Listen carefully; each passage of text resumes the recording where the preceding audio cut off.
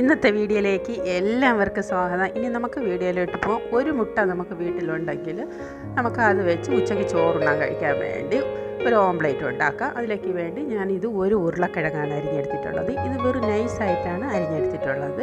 ഇനി ഇതിലേക്ക് 1.5 സ്പൂണ് അരിപ്പൊടി ഇട്ട് കൊടുക്കാം. നമ്മൾ വറുത്ത അരിപ്പൊടിയാണ് ഞാൻ ഇട്ട് കൊടുക്കുന്നത്. പത്തിരിക്കും ഇതിനൊക്കെ ഉള്ള അരിപ്പൊടിയാണ്. ഇനി ഇതിലേക്ക് ആവശ്യത്തിനുള്ള ഉപ്പിട്ട് കൊടുക്കുക. അതിൻ്റെ കൂടി തന്നെ കുരുമുളക് പൊടിയും കൂടി ഇട്ട് കൊടുക്കുക.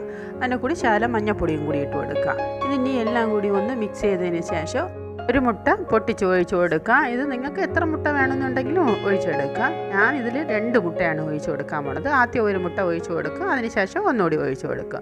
പിന്നെ കുരുമുളക് ഇടുന്നത് കൊച്ചു കുട്ടികൾക്ക് കൊടുക്കണമെന്നുണ്ടെങ്കിൽ കുരുമുളക് ഇടണ്ട. സാധാരണ നമ്മൾ ബാക്കിയുള്ളത് ഇട്ട് കൊടുത്താൽ മാത്രം മതി. എല്ലാം കൂടി ഒന്ന് മിക്സ് ചെയ്തെടുത്തിട്ടുണ്ട്. ഒരു പാൻ അടുപ്പിൽ ചൂടാക്കാൻ വെച്ചിട്ടുണ്ട്. അതിലേക്ക് ശകല എണ്ണ ഒഴിച്ചു കൊടുക്കാം. പാൻ ചൂടായതിന് ശേഷം നമുക്ക് അതിലേക്ക് മുട്ടക്കൂട്ടിനെടുത്ത് അതിൽ ഒഴിച്ചു കൊടുക്കാം.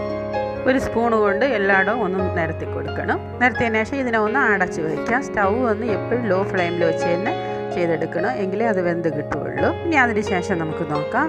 ഒരു സൈഡ് വെന്തതിന് ശേഷം നമുക്ക് മറിച്ചിട്ട് കൊടുക്കാം. നമ്മൾ ചട്ടും കൊണ്ട് മറിച്ചിട്ട് കൊടുത്തില്ലെങ്കിലും നമ്മളൊരു പ്ലേറ്റിലെടുത്ത് തട്ടിയതിന് ശേഷം മാറ്റിയിട്ടാലും കുഴപ്പമില്ല. ഞാനിത് ചട്ടും കൊണ്ടാണ് എടുത്തിടാൻ പോണത്. ഇത് നല്ല എളുപ്പത്തിൽ ചെയ്തെടുക്കാൻ പറ്റുന്ന എഗ് ഓംപ്ലേറ്റ് ആണ്.